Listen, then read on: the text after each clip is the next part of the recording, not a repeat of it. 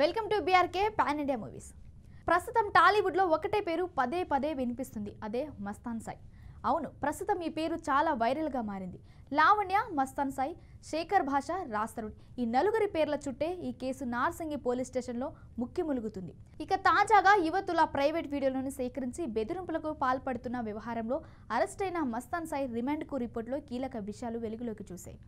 ఈ రిపోర్టులో రాస్తరుణ్ మాజీ ప్రియురాలు లావణ్యను చంపేందుకు పేర్కొన్నారు. మస్తాన్ సాయి అతడి స్నేహితుడు ఖాజాకు డ్రగ్స్ పాజిటివ్ వచ్చినట్లు నిర్ధారణ అయినట్లు రిమాండ్ రిపోర్ట్ ద్వారా వెల్లడైంది. డ్రగ్స్ మత్తులో లావణ్య ఇంటికి మస్తాన్ సాయి వెళ్లి గొడవ చేశాడు. అతడిపై NDPS సెక్షన్ కూడా పోలీసులు జోడించారు. మస్తాన్ సాయి ల్యాప్టాప్లో ఉన్న లావణ్య వీడియోలను రాస్తరుణ్ గతంలోనే తొలగించాడు. అయితే ఆలోపే ఇతర డివైజ్లకి ఆ వీడియోలను మస్తాన్ సాయి కాపీ చేసుకున్నాడు. లావణ్యను పలుమార్లు చంపేందుకు అతడు యత్నించాడు. హార్డ్ డిస్క్ కోసం ఆమెను చంపేందుకు ప్లాన్ చేసినట్లు రిమాండ్ రిపోర్ట్లో పోలీసులు పేర్కొన్నారు.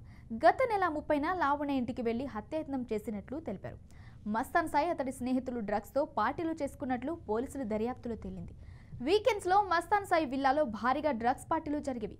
మత్తులకి జారుకున్న తర్వాత యువతులపై లైంగిక దాడికి పాల్పడేవాడు. వారితో గడిపిన సమయంలో వీడియోలు రికార్డ్ చేసుకున్నాడు. కొందరు యువతులు డ్రగ్స్ తీసుకుంటున్నప్పుడు వీడియోలు రికార్డ్ చేశాడు. అతడి హార్డ్ డిస్క్లో వీటిని గుర్తించారు. ప్రస్తుతం నిందితుడి సెల్ ఫోన్, హార్డ్ డిస్క్ను FSL టీం విశ్లేషణ జరుపుతుంది.